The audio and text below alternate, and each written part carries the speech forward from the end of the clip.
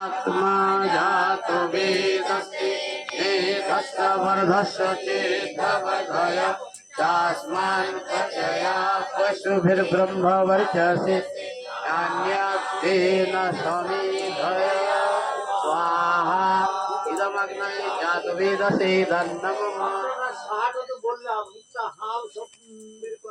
ओम अयंत इदमयात्मा जातो वेदस्ते चेत्तवर्धय तस्मान् प्रजया पशुभिर्ब्रह्मवर्चसे नान्यत्तेन समेधयो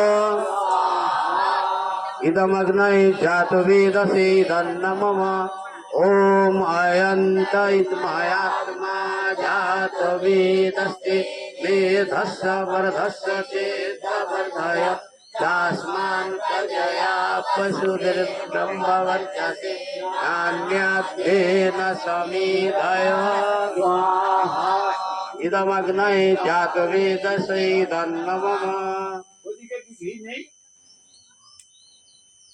আচ্ছা হরিপদ বাবু একই মন্ত্র 5 বার বলছেন, আপনাদের পুনরুক্তি দোষ হচ্ছে না? বারবার একই কথা বলছেন। ঘরে যদি স্বামী স্ত্রী একবার বলে আবার বলতে বলে তুমি কি কানে শুনতে পাও না নাকি?